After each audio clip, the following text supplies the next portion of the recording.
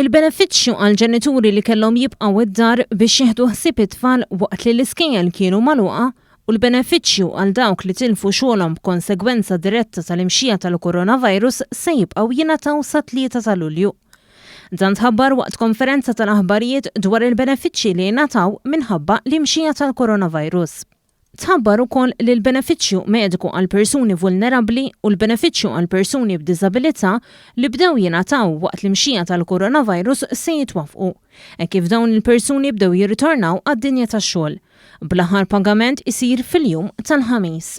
Is-Segretarju Permanenti fil-Ministeru għas-Solidarjetà Soċjali Mark Musu qal li minn dawn il-benefiċċji gawdew 8,360 persuna li minnhom 711 irritornaw għad-dinja tax-xogħol u bekk waqfu il-benefiċċju li kienu qegħdin jieħdu.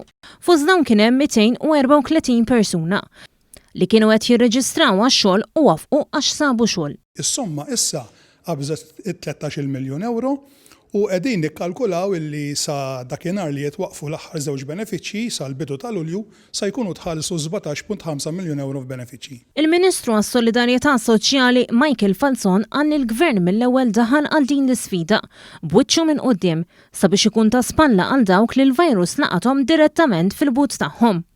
Semma wkoll li l-Gvern ra li ċertu benefiċċji ma jitwafqux ħesrem. Benefiċċji l-oħra kollha li kellna il-ħidma fuqhom baqgħet għaddejja.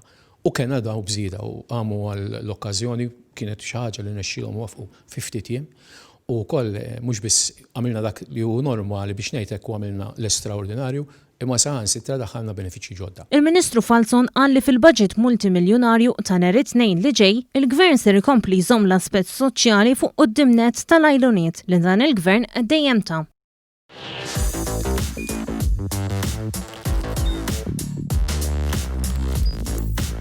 Idħol fuq one.com.mt u hemmhekk tista' tara l-programmi kollha li jxandru fuq One permezz ta' One Play.